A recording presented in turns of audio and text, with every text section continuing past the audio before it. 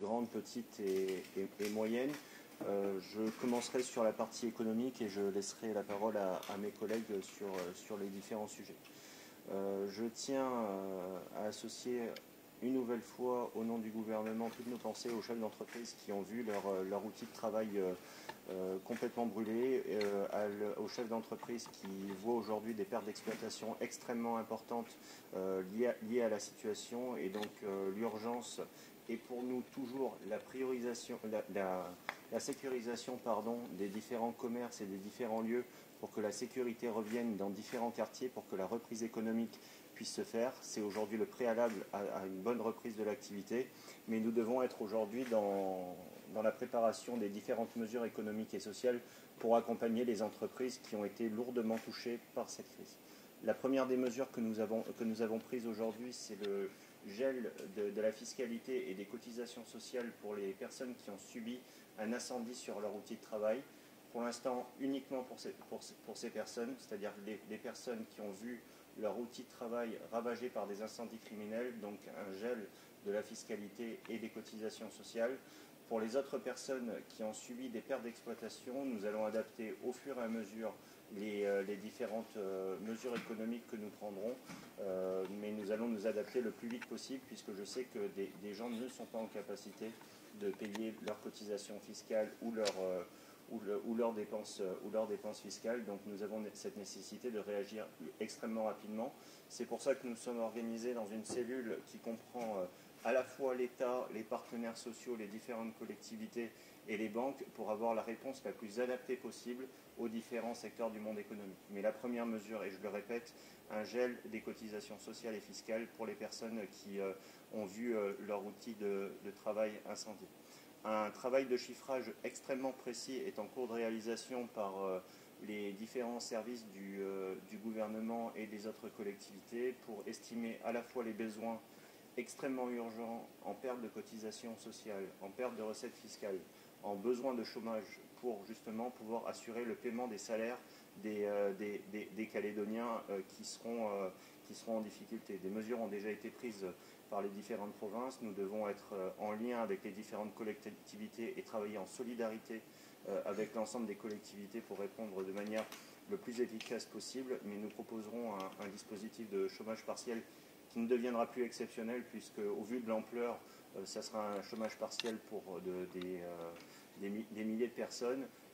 Ce travail est en cours, à la fois sur le chiffrage et sur le dispositif, mais nous espérons pouvoir avoir des réponses extrêmement rapidement sur ce sujet.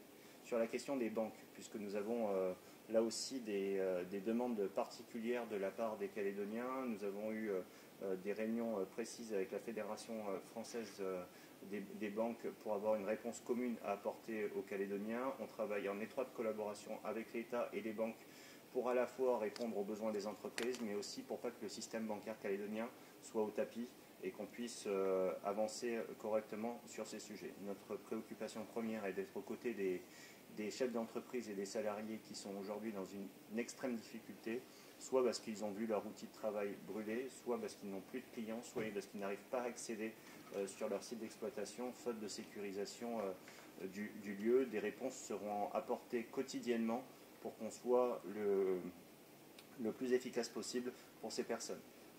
Dans les plus brefs délais, nous mettrons également une plateforme en place pour coordonner les aides des différentes collectivités pour que nous puissions pour faciliter l'accès aux aides de manière là aussi la plus efficace possible. Donc cette annonce sera faite certainement vendredi sur les deuxièmes dispositifs, la deuxième vague de dispositifs que nous souhaitons mettre en place pour la question économique, mais d'ores et déjà, je le redis, un gel des cotisations sociales et fiscales pour les personnes qui ont vu leur outil de travail incendié. De toute manière, je pense qu'elles ont autre chose à faire que penser à ces préoccupations. Nous détaillerons les différentes modalités de comment ces personnes pourront bénéficier de ce soutien sur les différents sites du gouvernement et des collectivités, mais on souhaitait leur apporter un soutien immédiat avec cette mesure.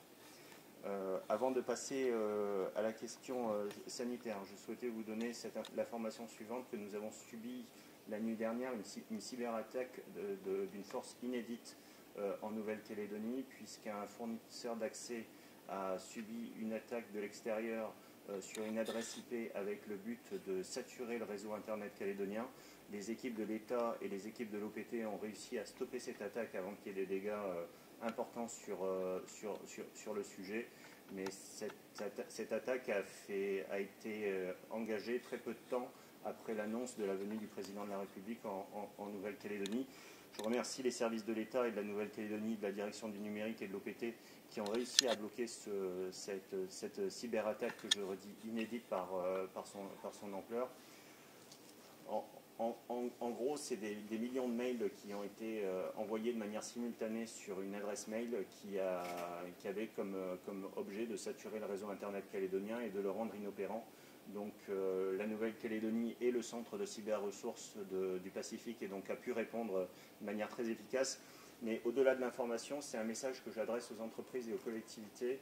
Un mémo sera mis sur le site du gouvernement cet après-midi pour expliquer les mesures à prendre pour se protéger de ce genre de cyberattaque et de sauvegarder les données de manière importante sur des data centers ou autres pour préserver les données. Donc ces informations seront mises sur le site du gouvernement dans l'après-midi pour protéger les Calédoniens de ces cyberattaques également. Donc voilà sur la partie économique. Je vais laisser mon collègue Yannick Stamet rappeler les différents éléments sur la partie sanitaire. Oui, bonjour à toutes et à tous. Donc au niveau sanitaire, je rappelle que la Nouvelle-Calédonie, elle n'est pas en pénurie de stock de médicaments ni en effectifs professionnels. Les difficultés sanitaires, elles portent principalement, et je dirais même exclusivement, sur les déplacements des patients comme des professionnels de santé. Donc en ce qui concerne les soins de ville, pour les consultations médicales, donc vous vous en doutez bien que les patients ne peuvent accéder au cabinet de consultation et que donc le gouvernement ce matin a souhaité qu'un système de téléconsultation puisse être mis en place. Et à cette fin, un arrêté de tarification, puisque c'est une consultation de toute façon, un arrêté de tarification a été pris ce matin en séance de gouvernement pour la période de la crise. Par ailleurs, vous avez appris que certains professionnels, ils sont nombreux, ont perdu leurs locaux, leur cabinet par suite de dégâts. Donc le gouvernement, là aussi, recherche des locaux en divers points de la ville pour que les patients puissent y accéder, que ces professionnels-là, qui aujourd'hui, je veux dire, ont un sentiment d'inutilité, puissent faire leur métier et surtout de soigner les personnes qui en auraient besoin. En ce qui concerne les établissements sanitaires, là, les difficultés d'accès, elles persistent. C'est toujours la complication. Et le gouvernement surveille les stocks. Et surtout, on se retrouve, le temps passant, des problèmes qui sont d'ordre, j'allais dire, domestique. Vous avez l'histoire de la blanchisserie. Vous savez que les établissements hospitaliers en particulier et de soins, comme le CSSR, ont recours aux prestataires pour la blanchisserie. Et là, les prestataires sont en difficulté également, puisque certains se trouvant sur la zone de Ducos. Donc ça, c'est pour les établissements hospitaliers. En ce qui concerne la programmation des opérations, des interventions, de toute façon aujourd'hui c'est toujours suspendu. On ne désespère pas de retrouver une petite programmation à partir du moment où le personnel pourra être de retour sur le lieu du travail. Il y a une surveillance toute particulière pour la clinique Plindomania, puisque là aussi, avec le Ossaria, il y a une attention toute particulière en ce qui concerne l'accès également, parce qu'il y a des difficultés d'accès pour les professionnels qui travaillent à la clinique. Et bien sûr les EHPAD, où on a une attention également toute particulière pour la nourriture, et il y a une surveillance quotidienne des besoins des EHPAD. Voilà. Donc il est utile je rappellerai quand même que pour tous les professionnels de santé et les acteurs de la sphère sanitaire. Que le point d'entrée de la cellule crise sanitaire, c'est la DAS. Et nulle part ailleurs pour éviter qu'on se disperse et qu'on puisse avoir tous les renseignements et toutes les problématiques qui pourraient se poser au niveau sanitaire, quelle qu'elle soit. Voilà, merci.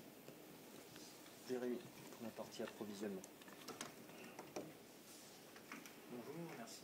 Les sujets liés à l'approvisionnement rencontrent les mêmes difficultés que pour la santé. Il s'agit principalement des problèmes liés à la sécurisation des accès et des transports, aussi bien du personnel que des denrées.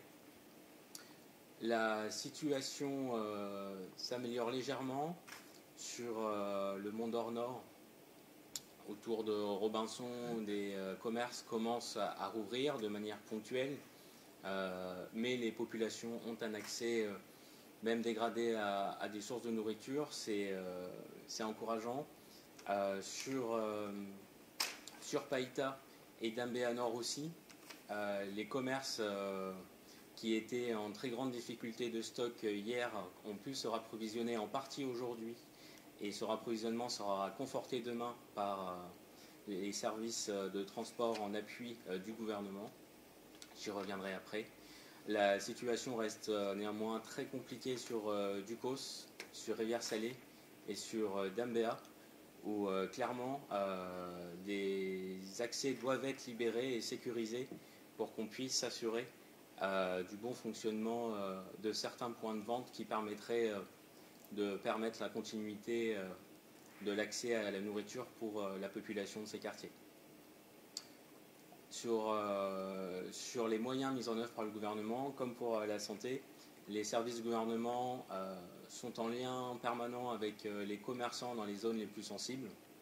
On pense à Mont d'Or, Dambéa, Païta notamment, pour justement s'assurer qu'ils soient bien approvisionnés, que les priorisations chez les grossistes soient faites en coordination donc avec les besoins de la population.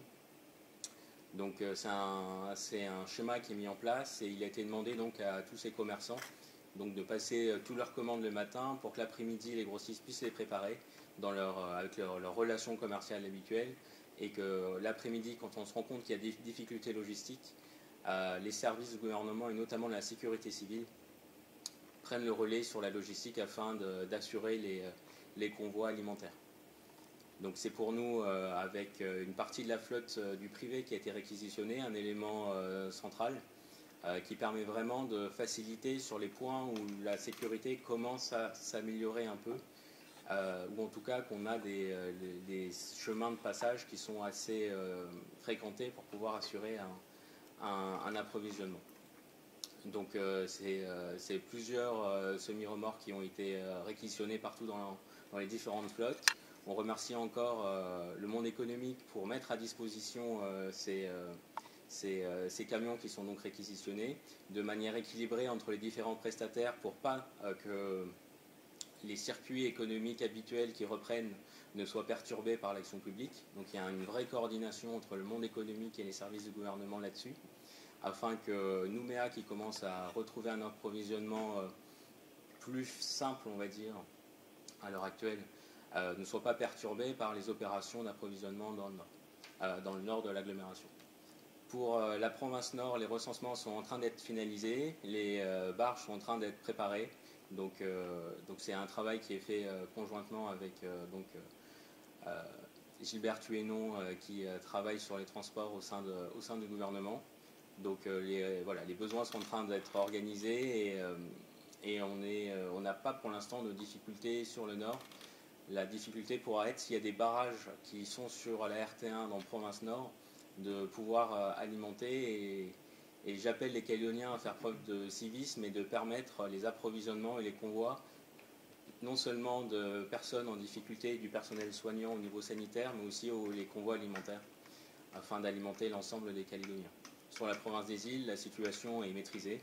C'est un circuit quasiment habituel qui fonctionne, puisque le bateau était déjà en rotation pendant la crise et continue de faire ses rotations de manière habituelle. Donc c'est d'autres moyens nautiques qui seront mis en place pour le Mont d'Or Sud et pour le nord de la province sud et la province nord, afin de ne pas perturber l'approvisionnement de la province des îles. Sur le Mont d'Or, des barges et des moyens nautiques de la Nouvelle-Calédonie, certains bateaux de la Nouvelle-Calédonie sont à l'heure actuelle en mer pour assurer les liaisons dans les deux sens de personnel, mais aussi de personnes et de marchandises. Donc voilà un point de situation qui s'améliore à certains endroits, mais qui reste encore très critique, notamment sur Ducos, Rivière-Salée et d'Albert.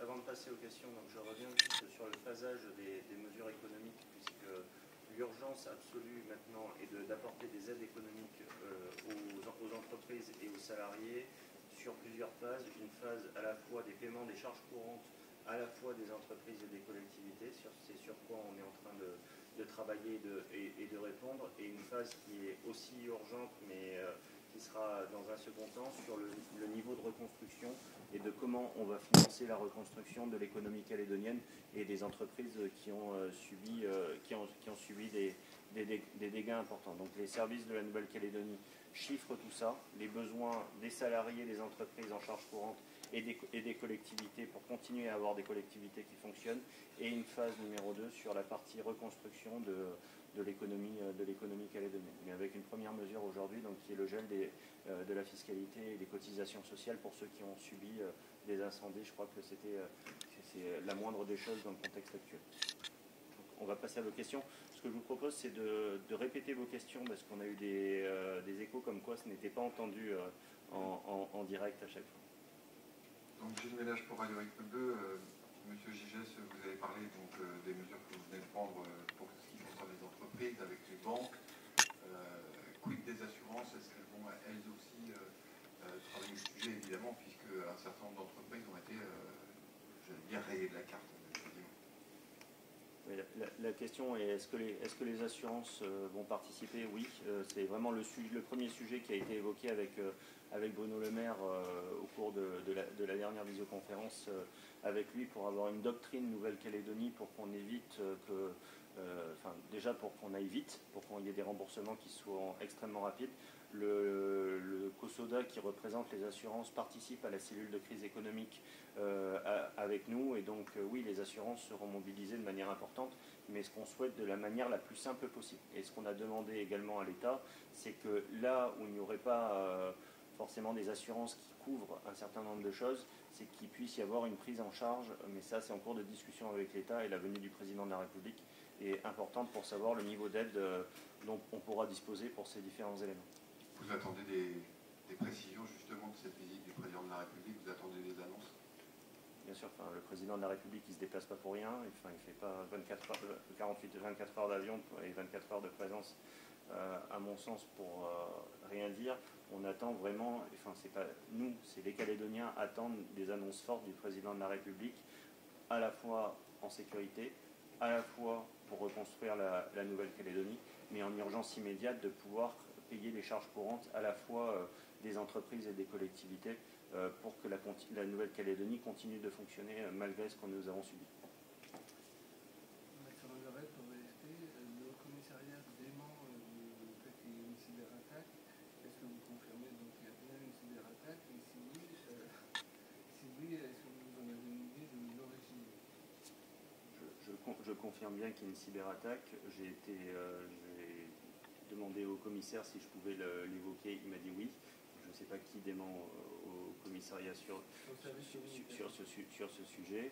Mais en tout cas, on travaille parfaitement en lien avec l'État et de manière extrêmement efficace sur ça. Nous n'avons pas encore l'origine de l'attaque.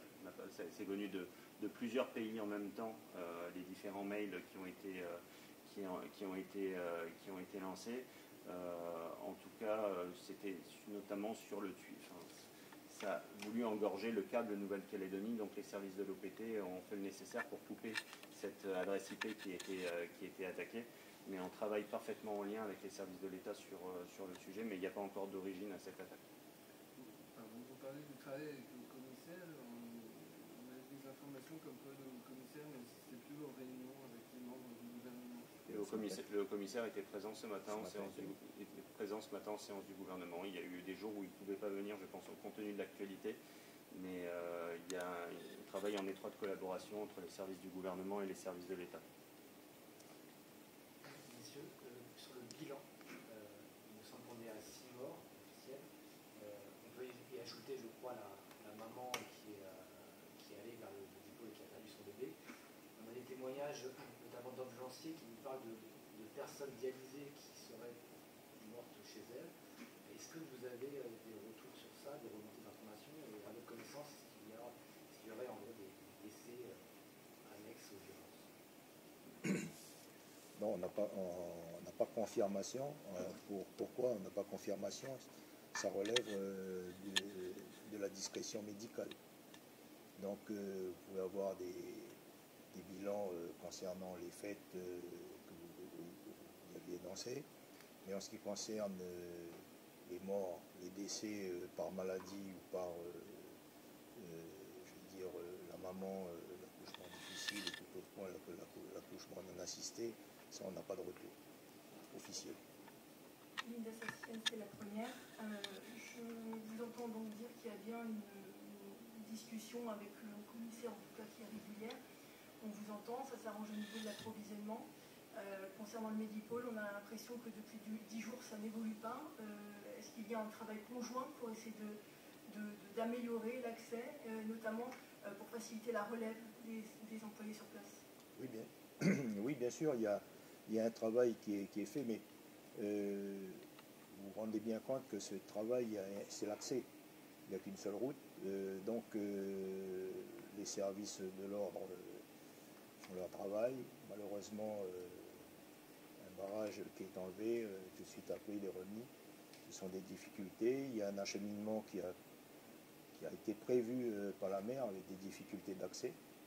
Donc voilà, donc on fait tant bien que mal, mais dès lors que l'on peut faire, qu'il y ait une possibilité d'accès, on le fait. Mais voilà, donc on ne fera pas de miracle non plus si les accès sont difficiles. Tous les accès sont difficiles, aussi bien que pour l'alimentation que pour les hôpitaux. C'est compliqué. Une question pour M. Cathy-Jourmonier. Vous avez évoqué les convois d'approvisionnement. La question est simple. Est-ce que ces convois sont sécurisés en collaboration avec l'État? Parce qu'on a eu des témoignages de raquettes, tout simplement, c'est-à-dire des gens qui sont obligés de payer pour passer du barrage ou de laisser une partie de leur cargaison en échange d'un passage sécurisé. Est-ce que vous avez des informations sur la façon dont ces convois sont sécurisés? Alors ces convois sont mis en place quand le monde économique n'a pas les moyens en ressources humaines, parce que le personnel est bloqué à certains endroits et ces populations de conducteurs, ils sont souvent dans les quartiers aujourd'hui les plus touchés. Donc la flotte du gouvernement intervient dans les endroits où la sécurité permet le passage du convoi. Donc aujourd'hui, au gouvernement, nous demandons la sécurisation de certains endroits, certains lieux de stockage et de certaines routes ou de certains convois. Les moyens ne sont pas suffisants. C'est justement une note qui est en train d'être faite en ce moment même pour répertorier les sites et les convois que nous souhaiterions voir être sécurisés. C'est une demande qui est réitérée et on profite de l'arrivée du chef de l'État demain pour justement lui signaler précisément à l'heure d'aujourd'hui l'ensemble des besoins pour sécuriser à la fois les stocks alimentaires mais aussi l'approvisionnement.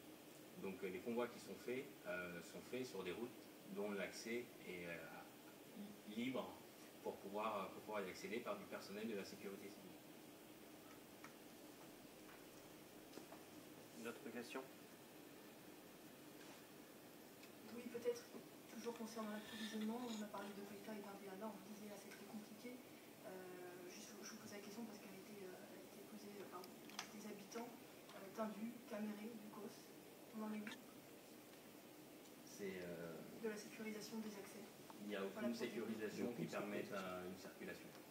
À l'heure actuelle, il n'est pas possible et c'est les Logicop, Rivière Salée, c'est vraiment des lieux où on a, pour les personnes qui ne peuvent pas se déplacer, le plus d'inquiétude. Avec Dambéa autour du Medipôle et d'Albertville. Dernière question, c'est beaucoup de gens s'étonnent de l'absence de prise de parole du président du gouvernement. Est-ce qu'il est là? Est-ce qu'il travaille? Oui, je vous confirme que le président du gouvernement est bien là. Il s'exprimera dans les prochains jours et il est au travail aussi. Il était avec nous aujourd'hui, hier et les autres jours pour travailler. Et je reviens une dernière fois sur les mesures économiques parce que je crois que c'est important de le redire. On a aujourd'hui cette mesure pour les personnes qui ont vu leur outil de travail brûler, mais on n'oublie pas les autres.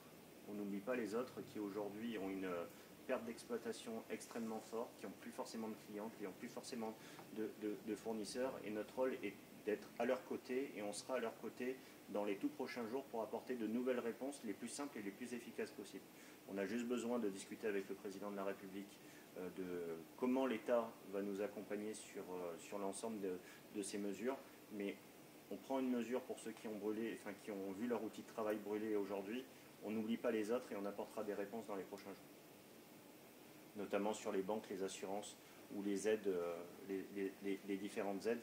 On travaille avec les services de l'État, on travaille avec les partenaires sociaux, on travaille avec les différentes collectivités. Et j'appelle vraiment tout le monde à ce qu'on travaille tous dans le même sens, qu'on arrive à travailler de manière coordonnée, c'est comme ça qu'on sera efficace. Une question sur les installations, sur les usines. Comment elles fonctionnent? Est-ce qu'elles fonctionnent? Comment ça se passe en ce moment, notamment pour la SLN?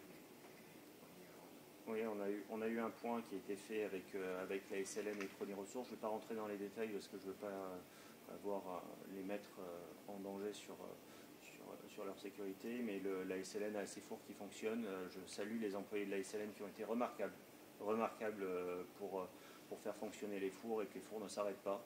Donc les usines fonctionnent correctement. L'usine du Sud a été mise en pause, mais ce n'a pas les mêmes conséquences que la SLN si les différents outils s'arrêtent. C'est bon. Je vous remercie et on aura un autre point presse vendredi pour vous tenir informé. Merci à vous.